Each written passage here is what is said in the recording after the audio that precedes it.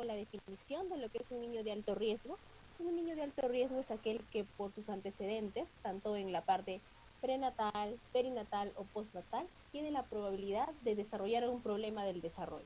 Y este problema puede ser transitorio o definitivo. ¿Qué quiere decir esto?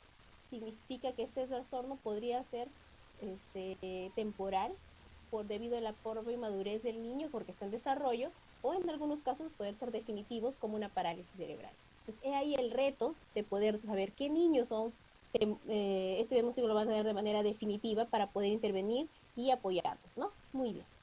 Como podemos ver aquí, hay un listado de todas las patologías o de todos los riesgos que un niño puede tener. A la cabeza están los niños prematuros con bajo peso y con una edad gestacional menor a 32 semanas, con un Apgar bajo, que si tiene menos de 3 al minuto y menos de 7 a los 5 minutos, obviamente tiene mucho más riesgo, que ha estado sometido a ventilación mecánica, que las bilirrubinas hayan estado altas, que hayan estado sanguíneo transfusión, convulsiones neonatales, infecciones neonatales, problemas neurológicos evidenciados con algún examen de imágenes, alguna malformación del sistema nervioso, algunas cromosomopatías y algunos antecedentes debidos a que de que este niño haya nacido una mamá que sufre de alguna patología, que consuma algún medicamento o que tenga algún otro tipo de riesgo.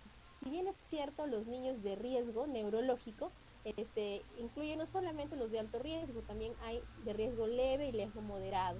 Acá está la lista que está actualizada en 2018. Y Doctora, dígame, ¿me escuchan disculpe la bien? interrupción. Se Dígame. escucha bastante bien, solamente si podría poner el PowerPoint a modo de presentación, Ah, por favor. perfecto. Listo. Ahí Gracias. está. Listo. Entonces, entonces los niños de alto riesgo son los que obviamente por sus mismos antecedentes tienen mucho, como su mismo nombre lo dice, mucho más riesgo de desarrollar alguna trastorno, alguna patología. Sin embargo, los de mediano y leve también es importante considerarlos y hacerle el seguimiento. En el transcurso de la sesión vamos a poder ver cómo pueden el personal de salud, desde cualquier centro de salud hasta los niveles más altos, apoyarnos para poder hacer este seguimiento. Entonces es importante tener en cuenta no solo los de alto riesgo, sino los demás, porque también es importante hacerles un adecuado seguimiento. Entonces el reto es ver quién recién nacido nació normal, sin ningún factor de riesgo, y cuál de ellos tuvo alguna complicación. Y ese es el reto. Como en algún momento de nuestra vida profesional, desde que hemos estado en las aulas universitarias, durante el internado, cuando hemos pasado por el residentado de la especialidad, hemos visto este tipo de niños, ¿no? Con las características de un niño con parálisis cerebral, con estas contracturas, con esos acortamientos, ¿no? Con esas dificultades para movilizarse, ¿no? Creo que todos en algún momento hemos tenido la oportunidad de ver este tipo de niños en las emergencias, en las consultas, en hospitalización, etcétera. Pero este niño sí, ha sido un niño que también puede haber estado en alguna sala de neonatología, haber nacido en algún centro de salud y estado al cuidado de un profesional de salud. Entonces es muy importante eso, ¿no? Que ese niño que vimos más grande ha sido un pequeñito, un recién nacido que tenía esos factores a desarrollar esa enfermedad como es la parálisis cerebral. Y antes de haber nacido, obviamente, estuvo en el vientre de su madre, estuvo en desarrollo y desde ahí puede haber habido factores de riesgo que son importantes detectarlos. Entonces, en esto es importante el trabajo de todos para poder detectarlos desde el embarazo, y si no se detecta ahí, cuando nace, y si no se detecta ahí los controles que va al de crecimiento y desarrollo, para poder detectar esos hallazgos para poderlo derivar e intervenir tempranamente. Como podemos ver en estas tablas, la muerte perinatal ha disminuido favorablemente, es decir, han bajado considerablemente tanto en la etapa fetal y neonatal en el transcurso de los años, y esto se puede deber a diversos factores, ¿no? Como que ha habido un aumento del cuidado de la atención de las gestantes, de los neonatos, de los niños de menos de 5 años, ha habido mayor suministro de las unidades de cuidados neonatales, entonces ha habido mayor apoyo para lo que es la lactancia materna, diversos eventos han habido que han generado que la mortalidad, tanto en niños pretérmino como a término, hayan reducido. Y eso es importante porque el reducir la mortalidad, que si salvamos la vida de este niño, pero si no tenemos los cuidados adecuados y el seguimiento, aumentamos la morbilidad y el riesgo de discapacidad. Entonces es muy importante tener en cuenta esto, ¿no? Que el niño haya sobrevivido gracias al esfuerzo de todo el profesional de salud, gracias al esfuerzo de todo una sobrecarga o de todo un apoyo que ha tenido esta madre, este bebé. Es importante continuar ese esfuerzo para poder garantizar que ese niño tenga una buena calidad de vida. ¿Y por qué es importante? Porque acá tenemos una tabla donde figuran los principales factores perinatales de secuela. Y entre ellos a la cabeza la prematuridad, ¿no? Los niños, cuanto más prematuro es, que si menos de 32 semanas, más extremo sea su prematuridad, más riesgo de secuela. El retraso de crecimiento pre y postnatal, que también es importante tenerlo en cuenta, porque esto genera que, obviamente, no solamente su cuerpo, sino también su cerebro sea mucho más pequeño, ¿no? La gemelaridad, ahora han aumentado los embarazos gemelares debido a los tratamientos de fertilidad, entonces son un grupo de riesgo también que ha incrementado. Las anauxias o asfixias perinatales, que siempre han sido una de las principales riesgos de enfermedades como parálisis cerebral y otras, ¿no? Que son algunos problemas tóxicos, meningocefalitis, etc. ¿Y por qué esto es importante? Porque como podemos ver en esta tabla, los niños recién nacidos a término tienen un riesgo también de desarrollar algún déficit motor, visual o intelectual. Pero si vemos aquí, los grandes prematuros, el riesgo se multiplica. Es mucho más marcado. Y no solamente la parte motora, sino la parte visual e intelectual. Y es por eso que es muy importante determinarlo, hallarlo. Dentro de todos los niños, ¿cuáles tienen más riesgo? Porque pueden tener mucho más probabilidad de presentar cualquiera de estos tipos de déficits. Como vemos en esta imagen, notamos de que el cerebro de un niño a término de 40 semanas es totalmente desarrollado, tiene más circunvalaciones, tiene mayor volumen, mientras que un niño prematuro, como vemos acá, de entre las 26 y 28 semanas, su cerebro es totalmente liso, es más pequeño, entonces falta desarrollar, tanto en volumen como en la parte de desarrollo de sinapsis, de conexiones, entonces todavía está todo su cuerpo inmaduro y por ende su riesgo es mayor no solo de un problema neurológico, sino de cualquier tipo, respiratorio, digestivo, etc. Y como vemos en la otra imagen, se nota claramente la diferencia de un niño con un cerebro de 31 semanas con otro de 41. La diferencia marcada de que todavía le falta desarrollar. Y obviamente por eso también hay mayor riesgo de un problema neurológico. La discapacidad infantil, entonces, es lo que queremos reducir. Y dentro de las principales, la más frecuente discapacidad motora en esta edad es la parálisis cerebral. Y por eso es muy importante saber cómo diagnosticarla y cómo definirla, porque no todos los niños que están inmovilizados tienen parálisis cerebral. Se define a la parálisis cerebral como un trastorno tanto de la postura como del movimiento. Y esto se ha dado en algún momento en un cerebro inmaduro. ¿Qué quiere decir? Que ese cerebro estaba muy muy pequeño, muy poco desarrollado, y esta lesión se va a dar de manera no progresiva, quizás esta lesión se da en algún momento de su desarrollo y la lesión en sí no avanza. Por eso la lesión es permanente, pero no invariable. ¿Por qué? Porque ese niño va a ir creciendo y conforme no pueda controlar su postura y su movimiento, van a generarse complicaciones.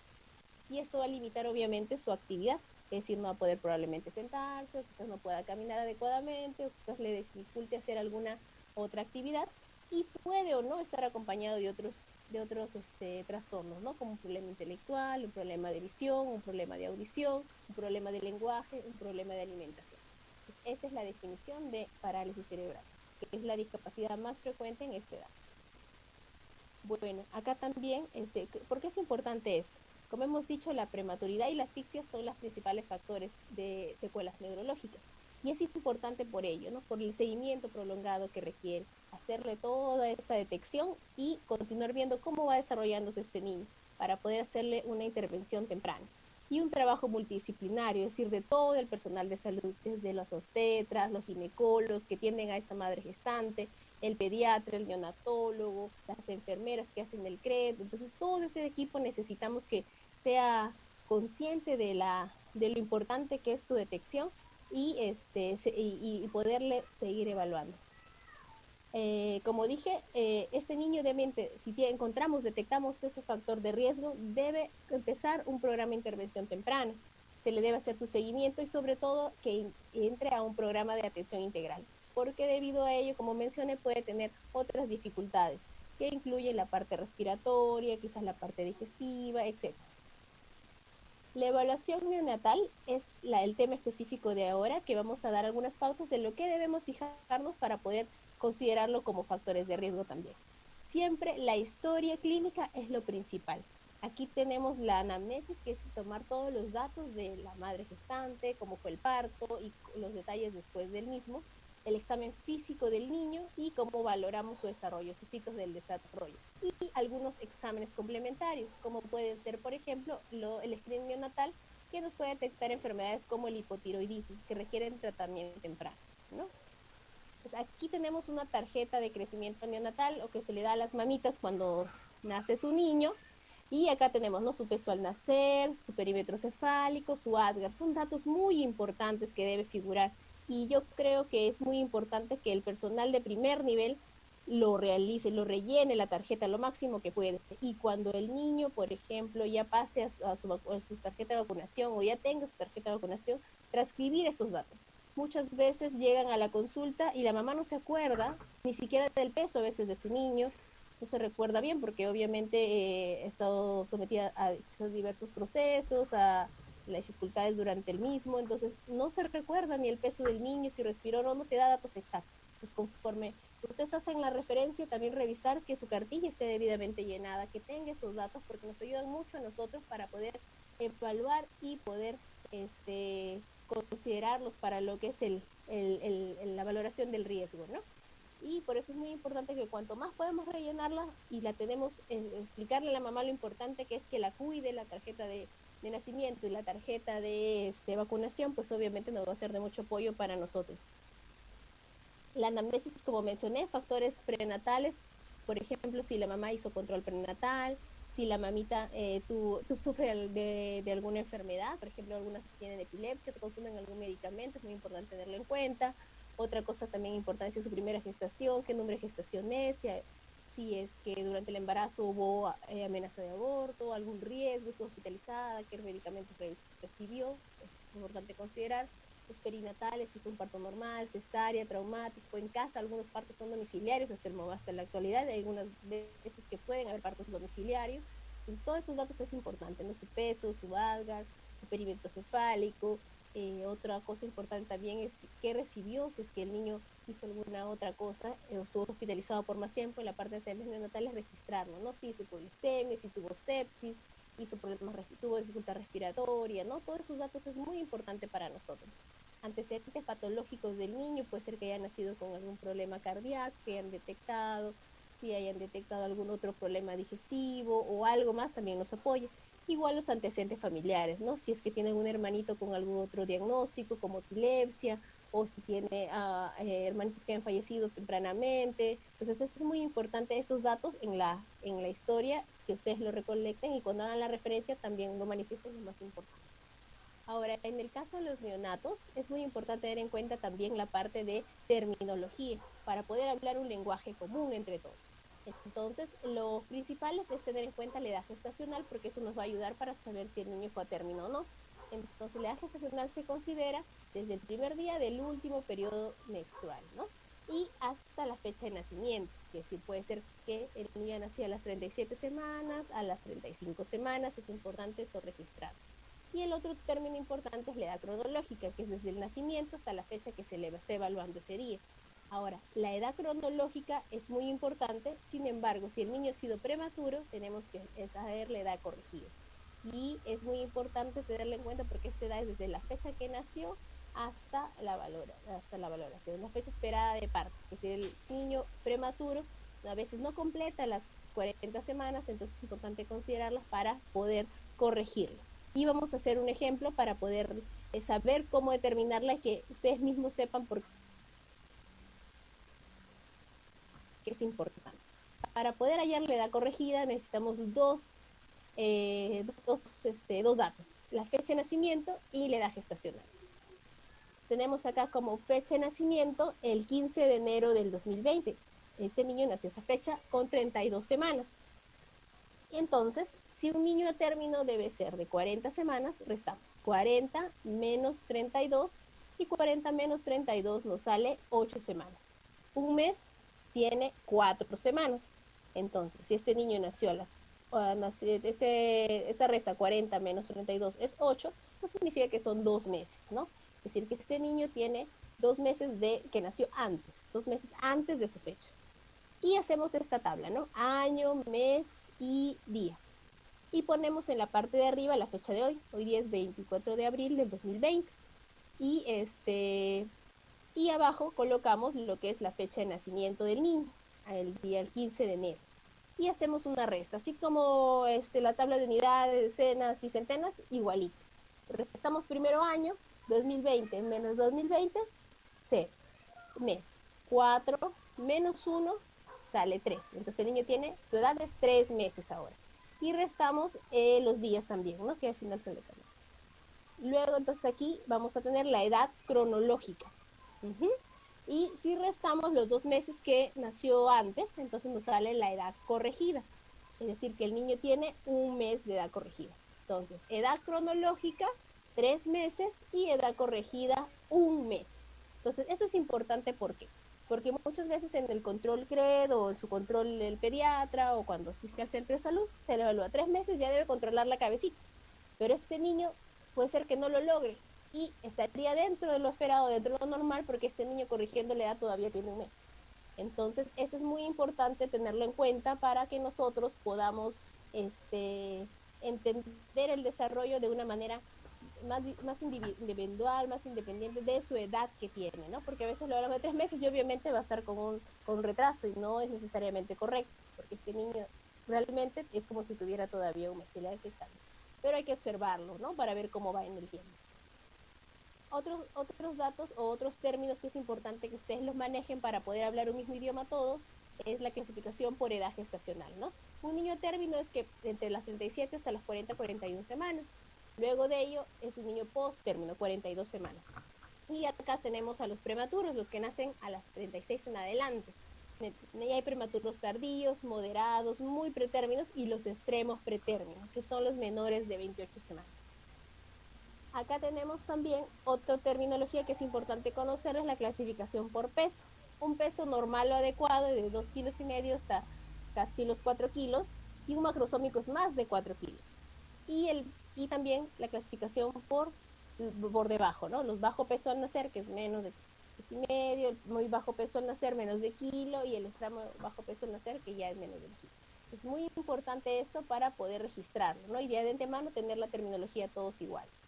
Y el otro dato es el peso para edad gestacional, que si bien es cierto no se conoce mucho, no se utiliza tanto, es importante porque puede ser niños que nacieron a las 38 semanas a término, pero son muy chiquitos y pesaron 2 kilos. Entonces, ¿qué pasó? Porque fue pequeño para su edad gestacional, ¿no? No creció, tuvo un retraso de crecimiento intrauterino. ¿Por qué? Para ver las causas. Igual hay niños que nacen a término y pesan más de 4 kilos. ¿Qué pasó? Pues la mamita era diabética o tenía algún otro factor de riesgo. Entonces es muy importante tener también el peso para edad gestacional, que nos va a dar una idea de cómo fue su desarrollo en el vientre de la madre. Lo otro, ya pasando a la parte del examen físico, lo principal es cuando es un pequeñito neonato. Cuanto más pequeño es el niño, entonces hay que tratar de que la manipulación sea lo mínimo y en lo posible que sea lo último que hagamos. ¿Por qué? Porque es un niño que recién se está adaptando al medio, entonces lo principal es la observación. ¿Y qué tenemos que observar? Desde la cabeza hasta la punta de sus dedos, hasta la punta de los pies. ¿Por qué? Porque en la cabecita ya podemos darnos una idea de qué problemas pueda tener. Algunos niños tienen la cabeza mucho más grande, con unas características especiales, la carita, algunos rasgos ya que nos llaman la atención, algunas deformaciones congénitas que desde simplemente observarlo ya podemos darnos idea, a este niño le pasa algo, ¿no? Algunas características en la piel, cómo está su postura, como si está muy irritable, está muy dormido, ¿no? Entonces, y cómo sus movimientos espontáneos. Es muy importante. Entonces, la observación es lo primero y lo principal que tenemos que hacer. Y lo siguiente ya es la manipulación, ¿no? Los despertamos, estimulamos con los sonidos, la visión, lo movemos, los reflejos, todo el resto. Y esto nos va a dar más las antecedentes que hemos recabado, más la evaluación, más las pruebas complementarias, ya nos da una idea de lo que el niño puede tener. Si es un niño que está yendo con un desarrollo normal o tiene ciertas características que requieren un seguimiento y hasta a veces una referencia.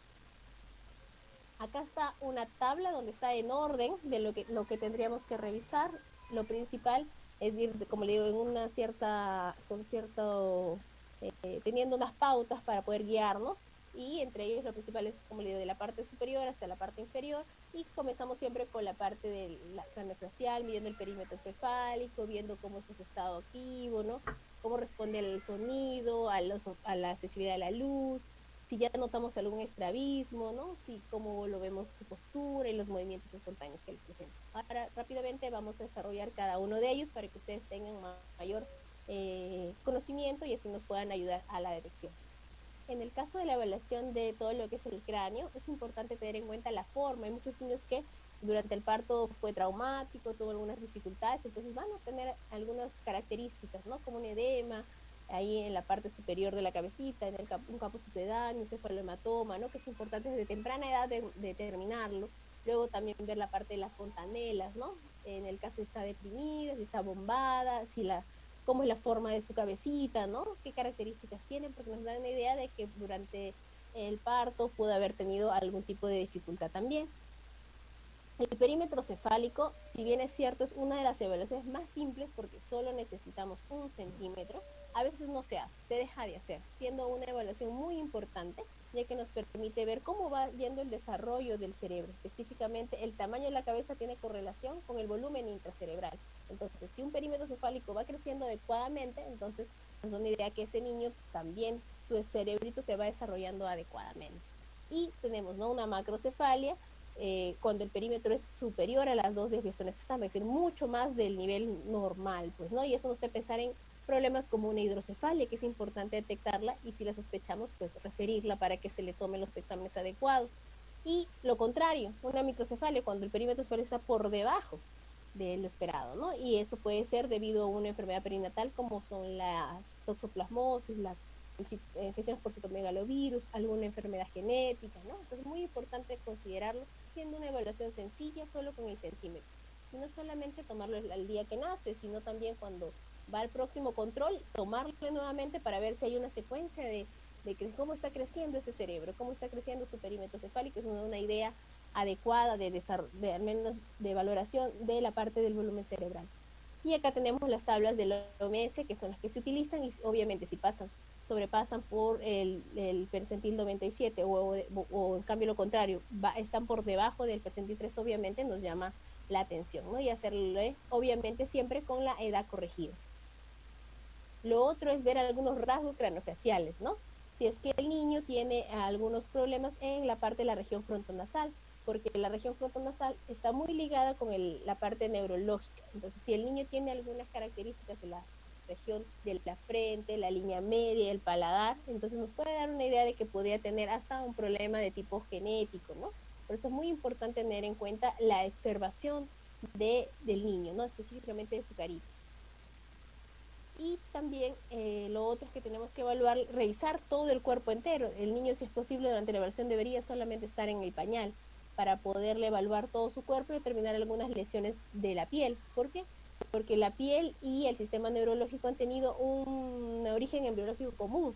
Es decir, este niño ha tenido tanto la epidermis como el sistema nervioso central vienen de la misma carpa germinal, del ectodermo primordial, que es la que forma desde el inicio esas dos partes. Entonces, si es que hay un problema en la piel, podría indicarnos algún problema neurológico o una alteración.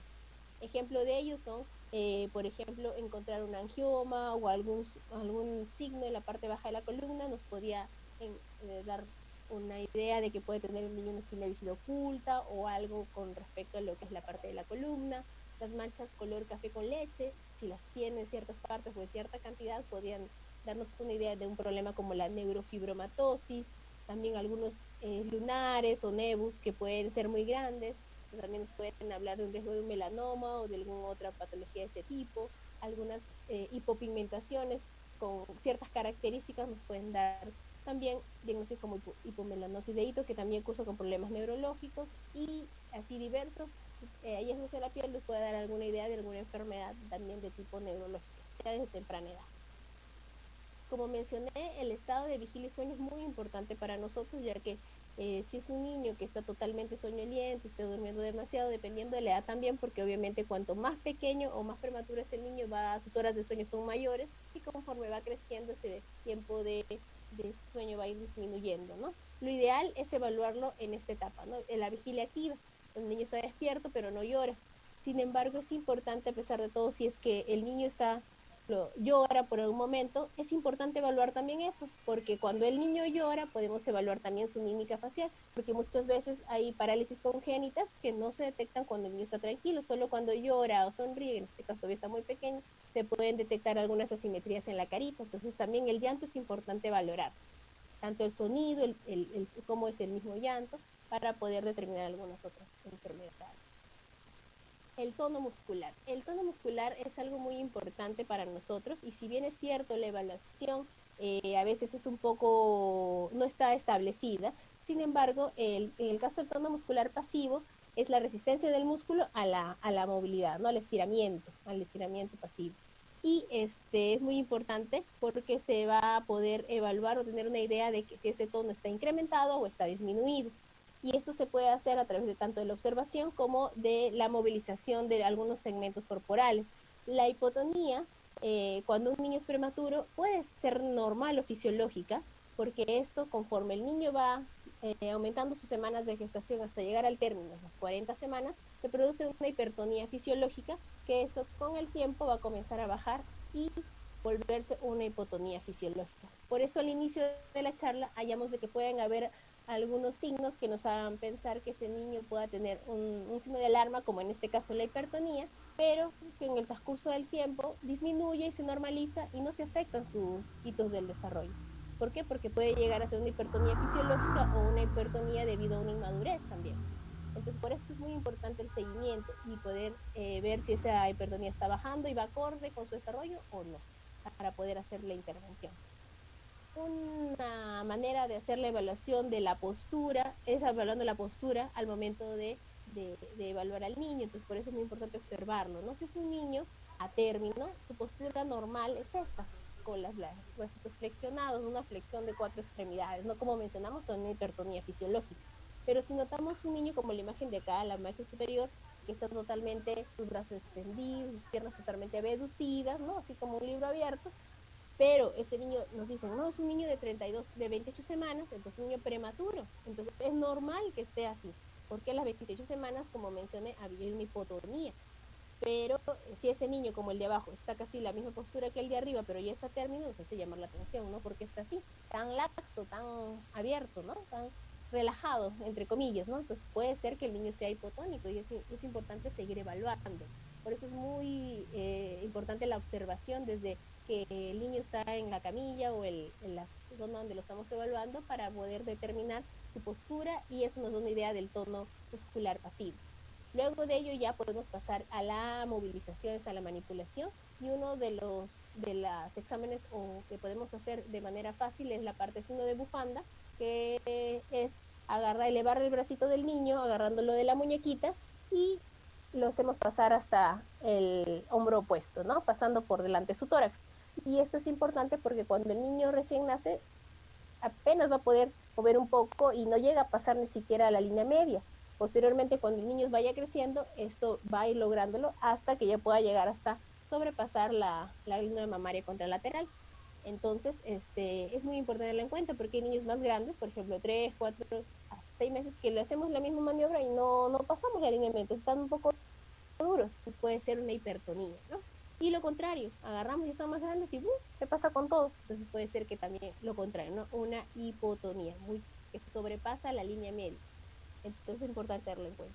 Y el otro es el ángulo popliteo, que es la rodilla, la fijamos sobre la barriguita y extendemos la pierna, ¿no? Como podemos ver aquí, al momento de nacer, a los primeros meses casi 90 grados y conforme va creciendo el niño, va a lograr llegar su pie hasta su boca.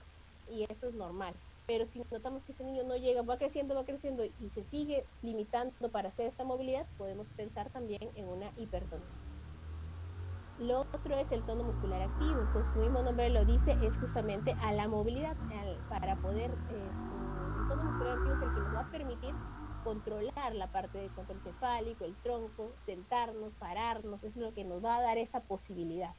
y por eso es importante valorarlo también, ¿no? No solamente en la parte pasiva, sino al momento de hacer algunas maniobras, como en este caso traccionarlo en los bracitos al niño, y vemos ya desde muy tempranas edades ellos logran más o menos, no un control total, pero sí al menos elevarlo o ponerlo más erguido, al sujetarlos por las muñecas y tirarlos de los bracitos. Pero si es un niño como en la imagen hipotónico, todo su cuerpito se va hacia atrás. De la misma manera, cuando hacemos la suspensión ventral, que si lo sostenemos al bebé por la barriguita y notamos una U, como una U invertida, eso que nos indica que ese niño está totalmente hipotónico, totalmente flácido. Entonces, eso también es una característica que es importante evaluarlo cuando lo hacemos a los pequeños, ¿no? A los neonatos y hasta los un poco más grandes también. Lo otro, durante la evaluación que no se debe dejar de hacer es evaluar los reflejos primitivos, tanto el reflejo de presión palmar, el plantar, el moro, ¿no? Que nos da una idea de cómo está nuestro niño, porque los reflejos primitivos son una manera de evaluar la neuroconducta, de la neuroconducta motora. Entonces es muy importante para nosotros poder hacer esas evaluaciones durante el examen. Si bien es cierto, no lo vamos a hacer todo el listado, al menos hacer los principales, y tener en cuenta que cuando el niño nace, el neonato los va a tener todos los reflejos. Y posteriormente, conforme vaya pasando el tiempo, antes de los 6 meses, la mayoría de estos reflejos se va perdiendo. Y si los presentara, es algo patológico. Por esto es muy importante tenerlo en cuenta. Aquí voy a estar todo cómo hacer el método y la respuesta que se debe tener al momento de hacerlo. Y lo otro, como estamos hablando de niños prematuros, que son los de más riesgo, tener en cuenta no solo cuándo desaparecen, sino también cuándo aparecen. Porque si nos toca un niño muy prematuro de 28 semanas, no va a tener todavía ninguno de estos reflejos desarrollados. ¿Por qué? Porque recién, por ejemplo, el reflejo de marcha automática se desarrolla a las 32, igual que el moro, a las 34 el de succión, al de presión palmar recién a las 36. Y entonces, si lo evaluamos antes, tenemos que tener en cuenta estos detalles porque un niño prematuro obviamente no va a tener todos los reflejos como un niño eterno.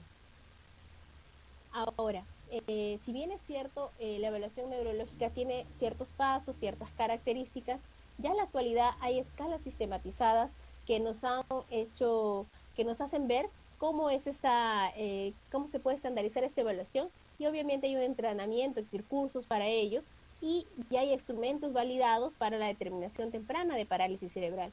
Si bien es cierto, como muchos de ellos requieren algún tipo de instrucción, decir, cursos de capacitación, es importante conocerlos porque nos da una idea de cómo poder tener en cuenta durante nuestra evaluación, ¿no? Entre ellos tenemos el examen de Hammersmith, que vamos a hablar, lo de movimientos generales y otras evaluaciones que las vamos a mencionar para que ustedes también tengan conocimiento.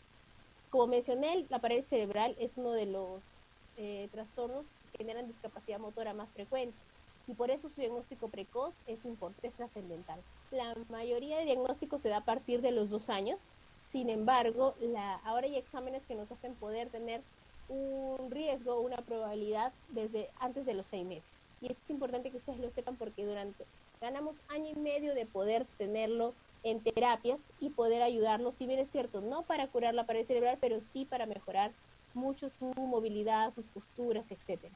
Y aquí, por ejemplo, tenemos esta tabla en la cual lo menciona, no sé, este niño tiene parálisis cerebral, o mejor dicho, el infante tiene un riesgo de parálisis cerebral como los que hemos mencionado, ¿no? Tantos maternos, de nacimiento o posteriores, entonces hay un riesgo de parálisis cerebral, y eso le sumamos un trastorno motor, entonces también aumenta el riesgo de diagnóstico, y si a eso le sumamos una imagen, obviamente nos da ya todo el diagnóstico de parálisis cerebral. Sin embargo, hay que tener en cuenta que hay niños que no tienen un examen de neuroimagen o no tienen un factor de riesgo, pero también un porcentaje pequeño, un 10%, puede hacer parálisis cerebral. Por eso es importante los controles en el CRED, los controles del niño con el pediatra, para que evalúe su desarrollo. Y dentro de los exámenes motores que se registran como adecuados o que nos pueden dar un diagnóstico precoz, están la evaluación de movimientos generales y la evaluación de Hammersmith. Acá también en esta revisión de esta guía de intervención para parálisis cerebral y niños de alto riesgo del 2017, también mencionan estas evaluaciones, ¿no? La evaluación de Hammersmith, los movimientos generales, y también el test de repertorio motora infantil para lo que es diagnóstico antes de los 6 meses. Y luego de ello, a partir del 6º mes, seguir con la evaluación de Hammersmith y la escala de Albert, que es una escala de evaluación motora también.